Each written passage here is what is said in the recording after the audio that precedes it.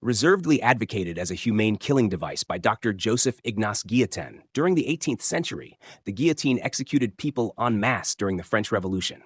France discontinued its use after 1977. The mechanism of death evoked fear and altered public sentiment about execution. During that time, many viewed capital punishment as a grand public spectacle, but death by guillotine was a quicker, less involved process than hanging or traditional beheading at the blade of an axe. French Revolution participants and other crowds who witnessed guillotine executions had mixed reactions to what they saw when the blade fell. Some spectators questioned the so-called painless contraption of death, while others demanded the blood and gore of previous practices. Either way, the guillotine's widespread use became infamous as a historical instrument of allegedly merciful fatality. Groups of women gathered to knit and watch the blade drop. It was common for groups of women to attend beheadings, knitting and conversing while gathered around the guillotine. Called tricoteuses, these women initially gathered for local government debates, but officials eventually banned them from public assemblies, so they turned to executions for entertainment instead. They crafted small items during the events, including Phrygian caps or liberty caps. Despite their domestic origins, the women became associated with bloodthirst and anger as the French Revolution progressed. Tricoteuses reportedly counted their stitches as they counted heads being chopped off, and they developed a violent and hateful reputation. The literary introduction to tricoteuses by Charles Dickens in A Tale of Two Cities, 1859, helped to further this representation. Dickens had written his tricoteuses, namely Madame Defarge, as characters who would weave executed victims' names into their work.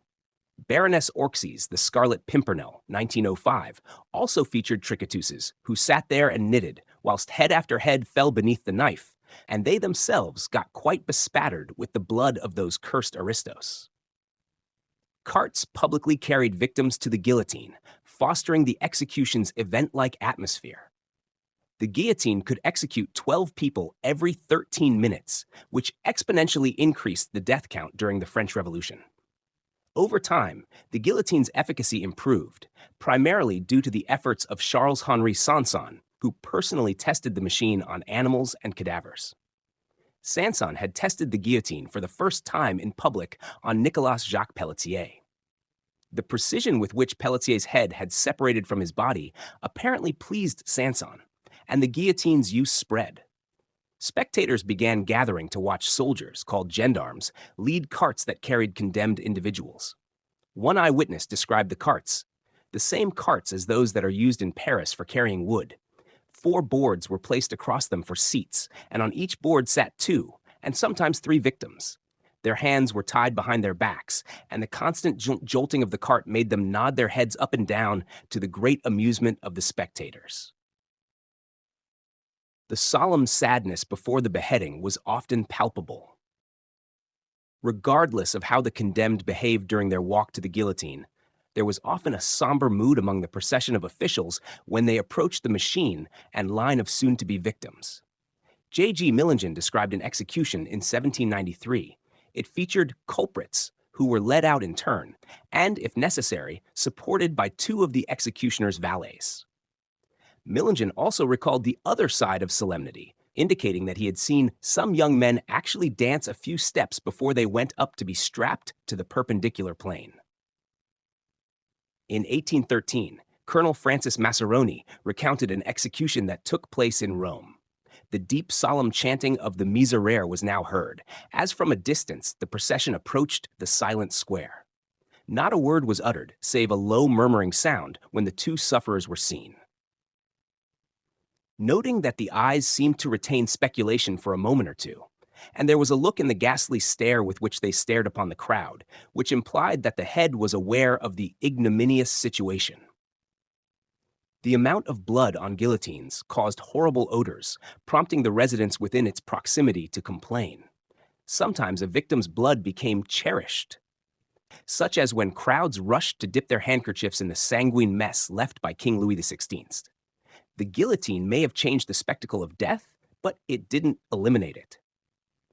The guillotine was terrifying in appearance. In 1813, Colonel Francis Massaroni serving under the command of Napoleon's brother-in-law, Joachim Murat, in Rome, witnessed the execution of a merchant named Venturi. His description of the guillotine noted that its base comprised hollow cube boards on wheels, forming a platform. On the edges, there were parallel wood beams with grooves and a knife running between them, similar to a pile-driving machine.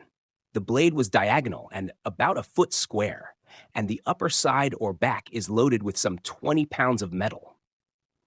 Massaroni went on to explain how the executioner positioned the condemned on the machine.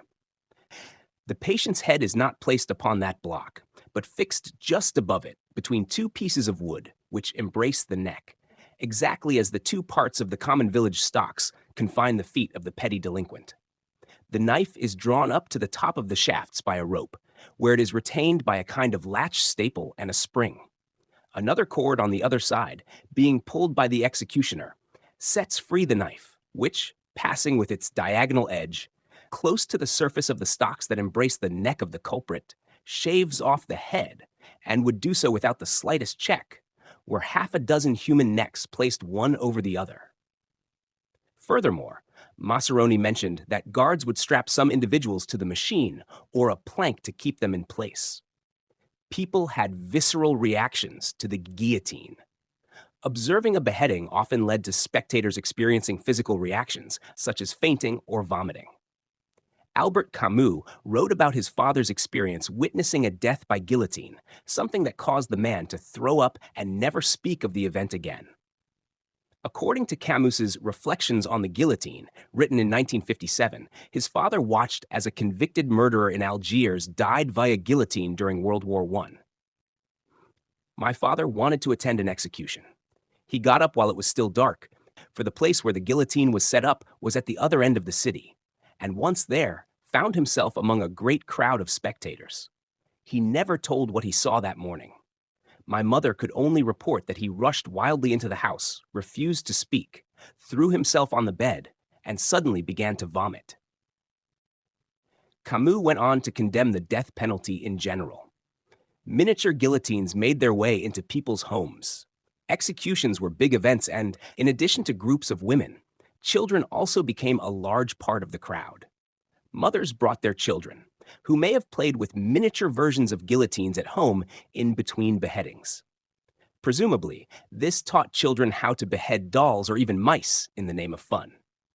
Women could wear guillotine-shaped earrings, and some might have chopped vegetables and fruit on their dinner tables with small guillotines as well. Thank you for watching. Help the channel grow by liking, commenting, subscribing.